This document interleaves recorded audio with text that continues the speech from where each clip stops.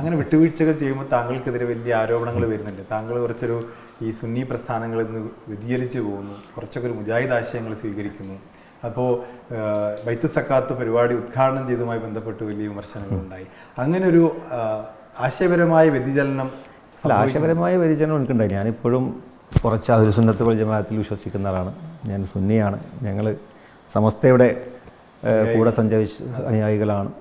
പക്ഷേ ഒരുപക്ഷെ ഇപ്പോൾ മുജാഹിദ് ഞാൻ നേരത്തെ സൂചിപ്പിച്ചതുപോലെ നമ്മളൊരു രാഷ്ട്രീയ സംഘടന ഉള്ളതുകൊണ്ട് ഇപ്പോൾ ഇങ്ങനെയൊക്കെയുള്ള ചില സന്ദർഭങ്ങൾ വരുമ്പോൾ അതിൻ്റെ കൂടെ നിൽക്കാൻ നമ്മൾ ചിലപ്പോൾ അതിലൊരു ബാധ്യത ആകുന്നു എന്നുള്ളതാണ്. സമസ്തയുടെ മുഷാവറയുടെ ഒരു തീരുമാനമുണ്ട്, ഇത്തരത്തിലുള്ള വിദയി പ്രസ്ഥാനങ്ങളുടെ പരിപാടികൾക്ക് സമസ്തയുമായി ബന്ധപ്പെട്ടവർ പങ്കെടുക്കരുത് എന്നുള്ളത്.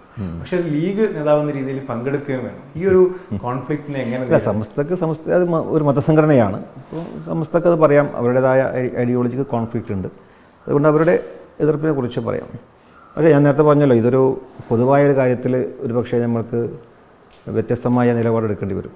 അപ്പോൾ അതിൽ ഇപ്പോൾ മുസ്ലിം ലീഗ് എല്ലാവരെയും ഈ ഒരു സമയത്ത് ഉൾക്കൊണ്ട് പോവുക, മൊത്തമായും വരുന്ന ഒരു ആക്രമണം ഉണ്ടാകുമ്പോൾ അതിനെതിരെ ഒരുമിച്ച് നിൽക്കുക എന്നുള്ള ഒരു ധാർമ്മികപരമായ ബോധമാണ് ഞങ്ങൾ ഇങ്ങനെയൊക്കെയുള്ള ഒരു കൂടിച്ചേരലുകളും